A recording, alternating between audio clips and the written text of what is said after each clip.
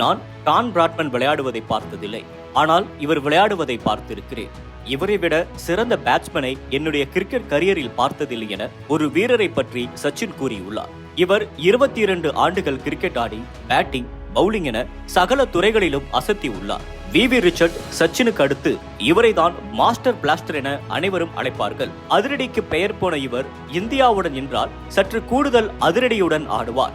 அவர்தான் தலை சிறந்த ஆல்ரவுண்டர்களில் ஒருவரான சனத் ஜெயசூர்யா. 1969 ஆண்டு இலங்கையில் பிறந்தவர்தான் சனத் ஜெயசூர்யா. இளம் வயதில் கிரிக்கெட்டில் ஆர்வம் வந்தது.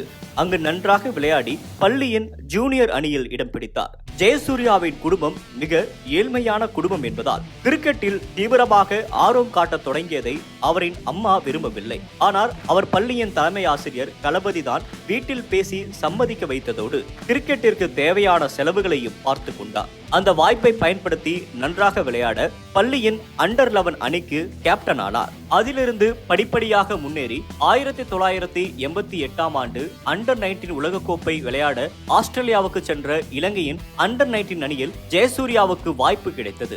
தினமும் பயிற்சிக்காக அவரின் கிராமத்திலிருந்து கொழும்புவுக்கு 4 மணி நேரம் பயணம் செய்ய வேண்டியிருந்தது. கிரிக்கெட்டின் மீதிருந்த ஆர்வத்தாலும் இலங்கை அணிக்காக விளையாட வேண்டும் என்ற கனவாலும் ஜெயசூர்யாவுக்கு இதெல்லாம் பெரிய விஷயமாக தெரியவில்லை. ஆனால் அதற்கு போதிய பணம் இல்லாததால் பள்ளியின் மாணவர்கள் மற்றும் ஆசிரியர்கள் அந்த பணத்தை கொடுத்து உதவினர். அங்கு நன்றாக விளையாட 1989 ஆண்டு பாகிஸ்தான் விளையாட சென்ற இலங்கையின் பி அணியிலும் அவருக்கு வாய்ப்பு கிடைத்தது. அந்த தொடரில் ஒரு சதம், 2 இரட்டை சதம் என அடித்து தேர்வுக்குழுவின் கவனத்தை தன் பக்கம் திருப்பினார் ஜெயசூர்யா.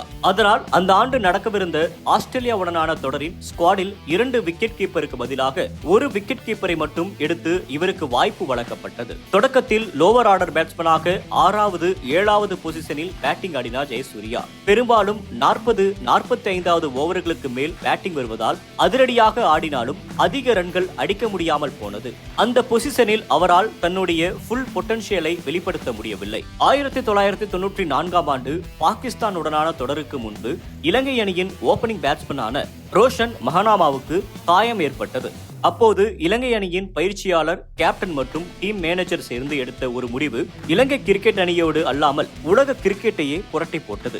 முதல் பவர் பிளேயில் 30 யார்ட் சர்க்கிளுக்கு வெளியில் குறைவாக இருக்கும் ஃபீல்டரை பயன்படுத்தி பினிஷரான ஜெயசூர்யாவை ஓபனிங் இறக்கி அடித்து ஆட வைப்பதுதான் அந்த முடிவு. அதுவரை கிரிக்கெட்டில் பெரும்பாலும் நிதானமாக ஆடி வந்த ஓபனர்களுக்கு மாற்றாக ஃபியர்லெஸ் மற்றும் அக்ரெசிவ் கிரிக்கெட் ஆடினார் ஜெயசூர்யா. இலங்கை அணியின் நிர்வாகமும் விக்கெட்டை பற்றி கவலைப்படாமல் அதிரடியாக ஆட அறிவுறுத்தியது. அந்த வாய்ப்பை பயன்படுத்திய ஜெயசூர்யா பாகிஸ்தான் உடனான ஒருநாள் தொடரில் தொடர்ந்து 3 போட்டியில் 3 அரை சதம் அடித்து அசத்தினார். இதனால் இலங்கை அணியில் ஓபனிங் பேட்ஸ்மேனாக தனக்கான இடத்தை உறுதி செய்தார். அடுத்து நடந்த ஆஸ்திரேலியா தொடரில் டெஸ்ட் போட்டியில் தனது முதல் டெஸ்ட் சதத்தை பதிவு செய்தார். இந்த சதம் இலங்கை டெஸ்ட் அணியில் அவருக்கான இடத்தை உறுதி செய்தது. ஆஸ்திரேலியாவின் பலம் பொருந்திய பவுலிங் அட்டாக்கிற்கு எதிராக சிறப்பாக ஆடிய பிறகு ஜெயசூர்யாவின் தன்னம்பிக்கை பல மடங்கு அதிகரித்தது.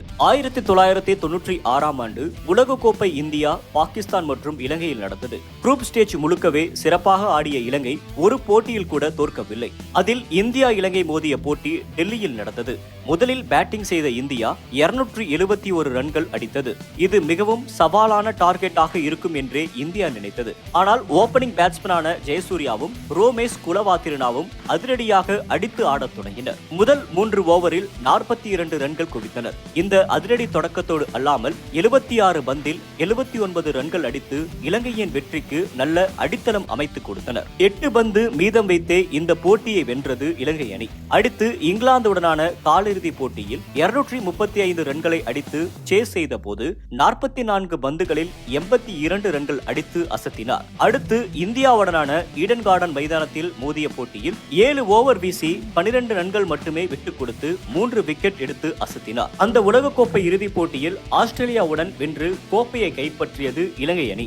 இந்த தொடரில் 7 விக்கெட் எடுத்து 221 ரன்கள் அடித்து தொடர் நாயகன் விருதை வென்றார் ஜெயசூர்யா.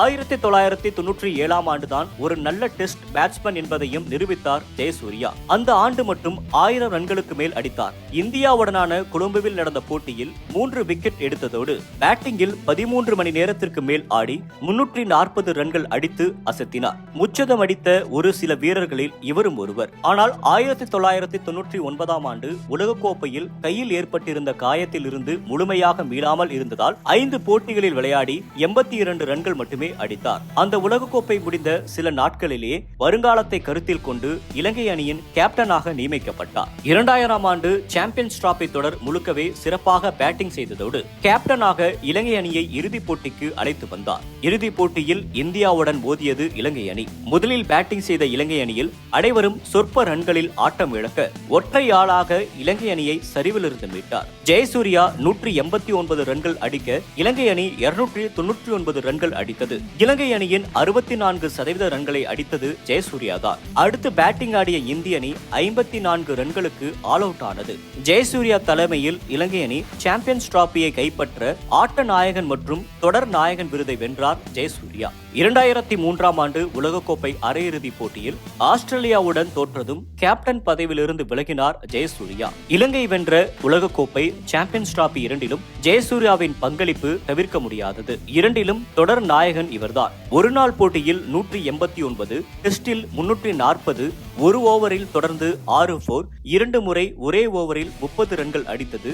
அதிவேக 50, 100, 150 என பல சாதனைகள் படைத்தார். ஒரு நாள் போட்டியில் 10,000 ரன்களுக்கு மேல் அடித்து 300 விக்கெட்டுகளுக்கு மேல் எடுத்தார் ஜெயசூர்யா. ஒயிட் பால் ஃபார்மேட்டில் கவனம் செலுத்த 2007ஆம் ஆண்டு டெஸ்ட் கிரிக்கெட்டில் இருந்து ஓய்வு பெற்றார். 2007 உலகக்கோப்பையிலும் இலங்கைக்காக 2வது அதிக ரன் அடித்த வீரர் பட்டியலில் ஜெயசூர்யா இருக்கிறார். இறுதிப் போட்டியில் இலங்கைக்காக அதிக ரன்னாக 63 ரன்கள் எடுத்தார். ஆனால் கில்கிறிஸ்டின் சிறப்பான ஆட்டத்தால் இலங்கை அணி கோப்பையை வெல்ல முடியாமல் போனது. 2008ஆம் ஆண்டு ஆசிய கோப்பையில் இந்திய அணி உடனான இறுதிப் போட்டியிலும் ஒற்றை ஆளாக சிறப்பாக ஆடி 125 ரன்கள் அடித்து இலங்கை கோப்பை வெல்ல முக்கிய காரணமாக அமைந்தார் ஜெயசூர்யா. இலங்கை அணிக்கு முக்கியமான போட்டிகளில் எல்லாம் ஜெயசூர்யாவின் சிறப்பான பங்களிப்பு எப்பொழுதும் இருந்துள்ளது.